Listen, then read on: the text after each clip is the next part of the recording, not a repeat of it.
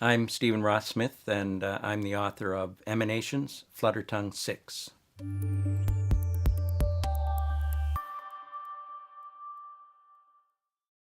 It wasn't until I was gathering poems from late 70s, the 80s, into Fluttertongue Book 1, the Book of Games, that I began to have a sense that what I was really doing with poetry was all one thing, actually. It wasn't that I was creating discrete poems, although there was some of that going on, but more that I had one concern with poetry, and that was a composition with language and the sonic power of language and the conceptual power.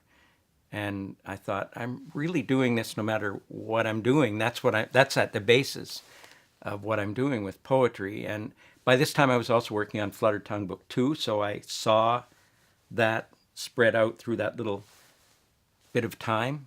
And I thought, well, I'm going to do a couple of books called Fluttertongue, because this is what the generating concept is.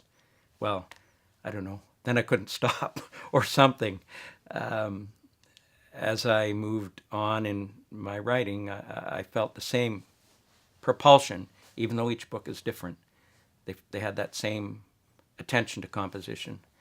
And here I am. I keep thinking, oh, this is my last Fluttertongue. And here I am now at Fluttertongue 6, and I'm thinking, well, maybe there's one more. So that's the common thread, even though the books are totally different. And how they've evolved, I guess,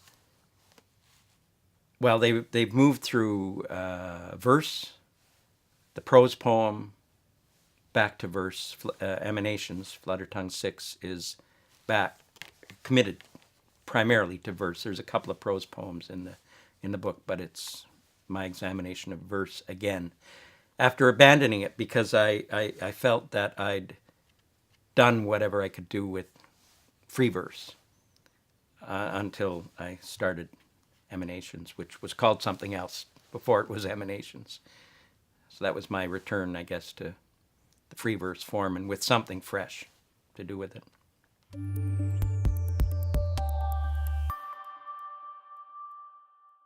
Well, the generative idea that got me going was to.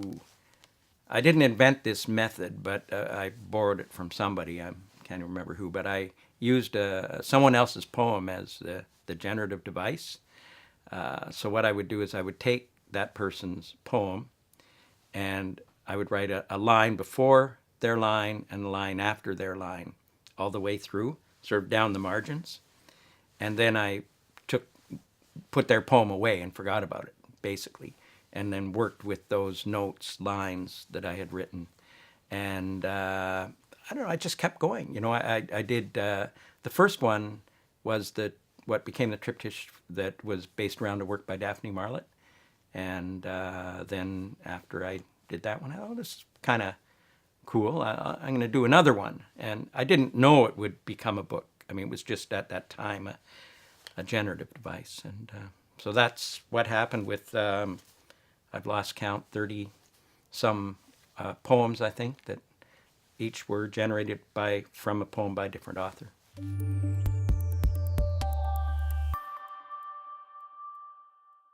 There wasn't really a specific method. I started off by wanting to use writers who I admired or who I'd read a lot of, who I really liked, and often who I knew personally. But then it became a little bit of a more intuitive process. I would come across a poem somewhere and I'd think, oh yeah, I like what's there. I'm going to work with that. And so it's combination. Mostly writers I've known, whose work I've known for some time, but some whose I just discovered and took off from. And I should say that too, that in doing this I had no desire to imitate or to recapitulate what the poet had done. I really leapt off, and there was often a lot of time between my note taking and my extensive revising. So the poem became I defy people to take any, the note in the back of the book, it identifies the source poems. I defy anyone to try and actually find a correlation in most of them. I think it's pretty tough. But I wanted to acknowledge them because I really believe that poets are a community. And I didn't want to pretend that those people didn't exist, because they do. They've influenced me.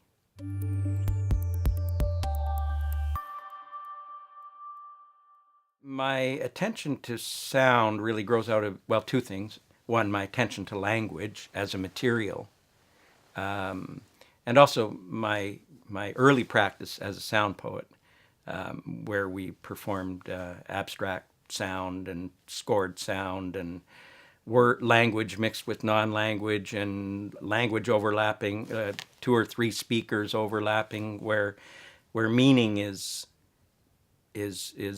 challenged, let's say, sometimes disintegrated totally, but so we were breaking language down and then building it up again.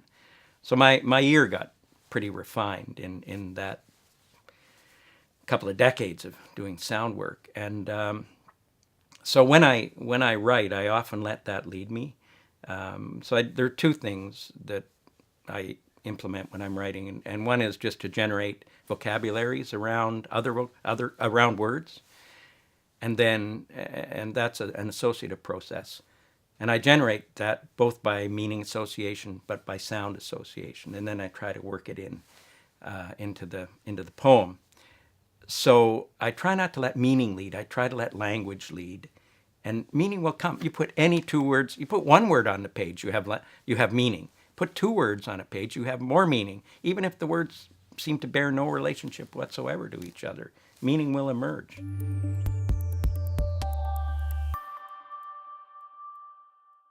Yeah, I think there's two things there. I think that using language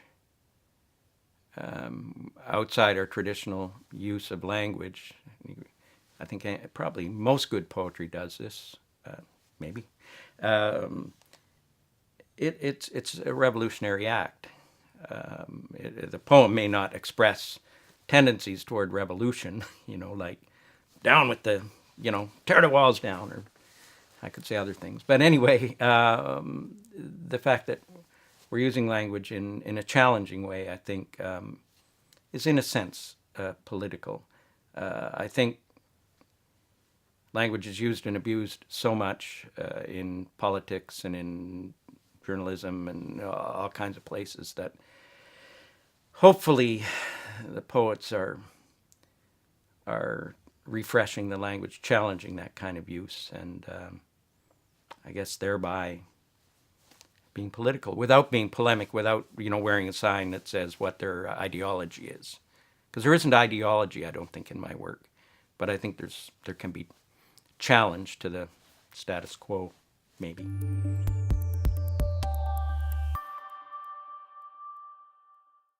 Cheer up. On a long, thin frond beside an ambling feeder stream, green frog gleams, sheen and pock, journey-scarred. Shiny squatter vaults on coil-sprung legs, plays hide-and-seek in a camouflage of reeds. That shine is not word polish, is slick that slides metric feet beyond the edge. Watch out. Don't slip on thin polytrichum moss into carnivorous froggy's watery home. Swamp's warbling orchestra is poet's weighty inspiration, sounding syllables, croak for croak into twilight. A frog, nonetheless, is not a poem, though a poem may have legs, may leap. The poet has witnessed the frog leg flip from pond to plate. Toil cast in the skein of words nets scant reward, bears verser competition, fishtail envy, moans of woe. Frog ate my living bait. Chirrup strums another species, singing harmony from foggy hollows, rubbing scrawny sonic legs. Meanwhile, back in the bog, pulsing overtone persists. A throaty concerto trebles air as poet strives for voice to sing along. Poet dons amphibian disguise, plashes among watery progenitors, splashes to and fro, treads here and there for a line. Poet flails in the pool of words, noun croaker, verb stroker, with undertrained legs. Dear customer, we apologize. Despite best efforts, the poem is unavailable in anticipated form. Ingredients, anura and rhapsodist, have leapfrogged beyond control to Pond's most reedy reach. One by one to one next to one, each one amidst the many, all one, strive and struggle on one thin frond.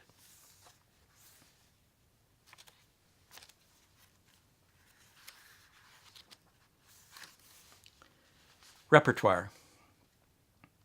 See no, hear no, touch no, guile nets no virtue. In echo's vertiginous skein, Vorticella's one-celled bell chimes God's repertoire. Wait! Equal time for Yahweh's way, Allah's sanction, Buddha's bodhisattva. Let oneness ring the heart center. Wariness leans in, droops cornucopia's engineered glow as shade-designed torts engender cakewalk patents. Eyes' distorted sightings follow fool forays, fufara bouquets that flare in fracked faucets. Perfect fumables buck and siphon safety and security, owed or owned.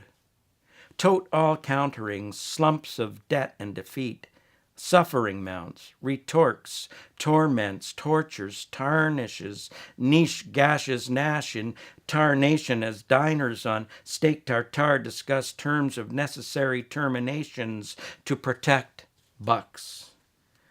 Geomodified incorporate corporate ruinage. Pirated loot line sags, ludic snags, lustrous lucite available for mass consumption. Greasery on snow slimes the port, stains the retail H2O. Oh, nasty quacks are on the loose. Dawn Q ducks the windmills flounce and flutter. Sweet otherly sniffs, fish carts, wheat cuts, sweatshops. Scent of ages pours through narrow passages. Lime cakes, nets, and hampers, markets bullish as bluish school's full flow diminishes. Sub-nosed bullets vault against a holy affront, propelled against the tender hold. Whistling witness wardrobed in the landfill. Morphine serene faces erase. In due course, all talk. In due curses, buck-balked play on the lip of scoured, sour graves. Oh, oneness, what comes?